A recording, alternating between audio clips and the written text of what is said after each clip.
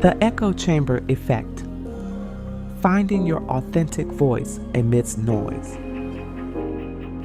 There's a constant hum in the background of our lives, not loud enough to alarm us, but steady enough to shape us.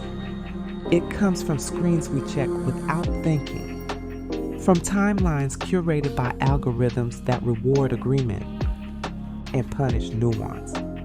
Over time, popular opinions begin to feel like universal truths, not because they are, but because they're repeated often enough to sound unquestionable. And slowly, without realizing it, we absorb them. Then come the shoulds. Who you should be by now. What success should look like. How love should feel. What kind of life makes sense for someone like you. Some of these expectations arrive wrapped in care. From family, from culture, from people who want the best for you, but only know how to offer what worked for them. Others slip in quietly, disguised as logic, until your own desires begin to feel impractical, or selfish, or unrealistic. This is where conformity becomes comfortable. Blending in asks very little of you. It offers safety, belonging, approval, but it also asks for something in return. You soften your opinions. You edit your instincts. You learn which parts of yourself are acceptable and which ones are better kept quiet, not all at once, just enough to get by. And slowly, the performance replaces the voice, not because you chose to abandon yourself, but because no one taught you how to listen beneath the noise. At some point, the noise moves inside. What once came from screens, conversations, and expectations begins to sound like your own thoughts. This is where it gets complicated, because not every thought in your mind belongs to you. Some are inherited, absorbed, repeated long enough to feel familiar.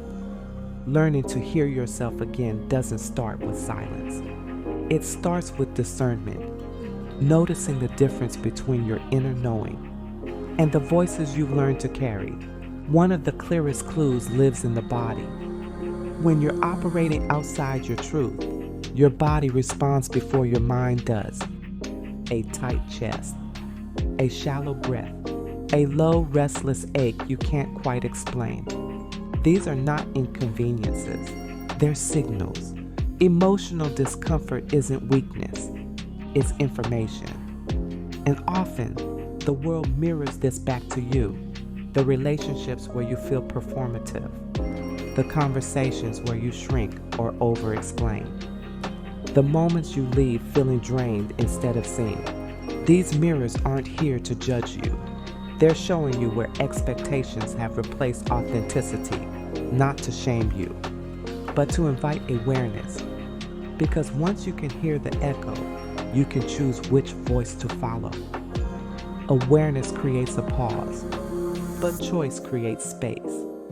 Once you recognize the echoes for what they are, you don't need to fight them. You don't need to silence the world. You simply step back. Mindful detachment isn't withdrawal. It's discernment. It's choosing when to take information in and when to let your inner world breathe. Moments of stillness become intentional. A few minutes without input. A breath before responding. A quiet walk without commentary. And in that space, something familiar returns. Your voice. Reclaiming your narrative doesn't require reinvention. It asks for honesty. Writing without an audience. Asking yourself what you believe, not what you've been told, makes sense. What matters to you when no one is watching? What feels solid, even when it isn't popular? These questions don't demand immediate answers. They open doors. And as you listen inward, curiosity replaces certainty. You allow yourself to explore new perspectives. Not to abandon yourself, but to understand yourself more fully. You challenge old assumptions with compassion. You stay open without losing your center. This is how the glass cracks, not through force, but through clarity. And with each moment of curiosity, the reflection becomes clearer.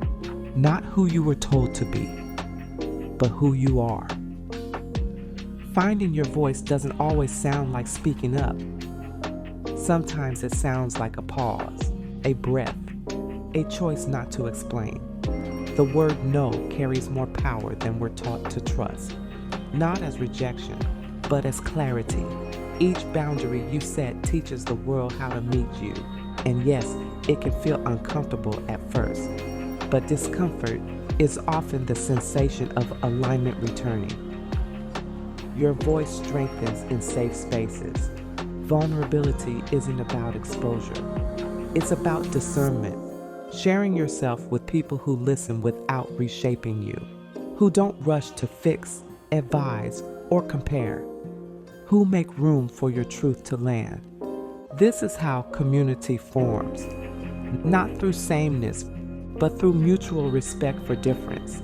And authenticity doesn't end in reflection. It moves. It shows up in the decisions you make when no one is watching, the paths you choose, the standards you keep. Actionable authenticity is quiet, consistent, and unmistakable. It's when your inner truth begins to guide your outer life, naturally, steadily, without performance. There's a quiet shift that happens when you stop editing yourself, when your choices match your values, when your words reflect your truth, when your presence feels whole instead of managed. And without trying to influence anyone, you do. This is the ripple effect of authenticity. When you live honestly, you give others permission to soften, to question, to return to themselves without explanation. Authenticity doesn't require constant declaration. It requires sustainability, knowing when to engage and when to step back, choosing what deserves your energy, protecting your inner voice, even as the world grows louder. And when you inhabit yourself fully, without apology, without justification, something settles. There is peace in no longer negotiating your existence. There is empowerment in standing where you are and letting that be enough. This is the freedom of truth. Not dramatic, not defiant, just deeply, unmistakably yours.